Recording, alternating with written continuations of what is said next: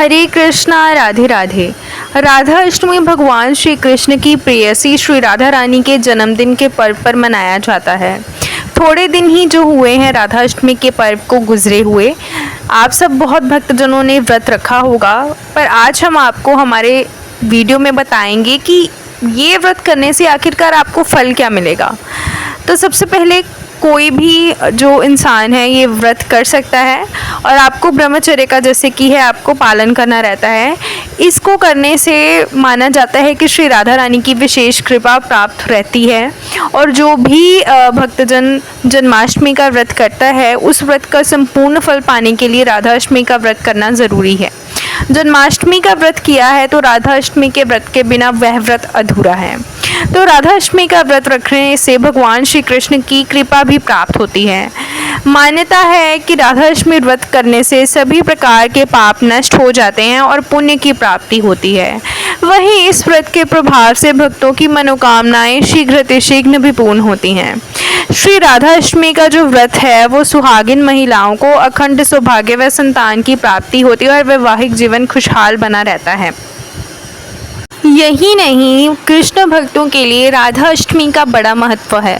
कई कृष्ण भक्त और वृंदावन के संतों का मानना है कि जन्माष्टमी व्रत रखने वाले लोगों के लिए राधा अष्टमी व्रत रखना ज़रूरी है। इससे जो है राधा अष्टमी के साथ साथ जन्माष्टमी के व्रत का भी संपूर्ण फल मिलता है। और शास्त्रों की मान्यताओं के अनुसार श्री राधा जी बरसाना निवासी वृषभानु के यज्ञ से मध्याह्न काल में प्रकट हुई थी और तमाम ग्रंथों में इन्हें भगवान श्री कृष्ण वल्लभा कहकर पुकारा गया है। इन्हें श्री वृंदावनेश्वरी और श्री कृष्ण का प्रिय बताया गया है। जबकि कुछ लोगों का ये भी मानना है कि वृषभानु जी की पुत्री थी और इनका प्रकटे श्री वृषभानुपुरी यानी कि बरसाना ननिहाल रावल ग्राम में प्रातःकाल को हुआ था। तो श्री राधा रानी का जो ननिहाल है और उनकी जो जन्म स्थली है वो रावल में है और वृंदावन के मथुरा के जिले में है।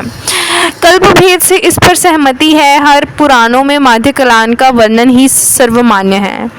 भगवान श्री कृष्ण के प्रिय जो हमारी श्री राधा रानी है और इनका जो प्रकट्य दिवस यानी भाद्रपद शुक्ल पक्ष अष्टमी को राधा अष्टमी का जो व्रत है वो रखा जाता है। और श्री राधा रानी की जो पूजा के मतलब भगवान श्री कृष्ण की पूजा अगर आपको करनी है तो श्री राधा रानी की पूजा के बिना वह पूजा अधूरी है। मान्यता है कि श्री राधा जी का पूजा के बिना श्री कृष्ण जी की पूजा अधूरी है। श्री राधा रानी को कृष्ण का वरदान भी मिला हुआ है कि उनके नाम के पहले श्री राधा रानी का नाम लिया जाएगा। इसलिए भगवान के भक्त राधे कृष्ण मंत्र का जाप करते हैं। जन्माष्टमी का जो व्रत रखते हैं उनके लिए अनिवार्य है श्री राधा अष्टमी का व्रत। जन्माष्टमी के 15 दिन के बाद भाद्रपद कृष्ण पक्ष अष्टमी को मनाया जाता है श्रीधाम वृंदावन में और पूरे दुनिया में श्री राधा अष्टमी का पर्व। और राधा अष्टमी का पर्व रखना बेहद ही ज़रूरी है। मान्यता है कि इससे राधा रानी जी के साथ श्री कृष्ण जी का आशीर्वाद भी मिलता है।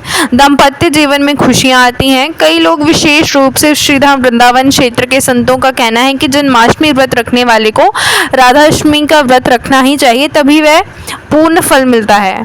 और राधा रानी भगवान श्री कृष्ण को प्रिय है और जैसे हर अच्छे कर्म करने वालों को भगवान का आशीर्वाद मिलता है, वैसे ही श्री राधा अष्टमी का व्रत करने वालों को उनका आशीर्वाद तो मिलेगा, लेकिन जन्माष्टमी व्रत रखने के लिए राधा अष्टमी का व्रत रखना ज़रूरी है।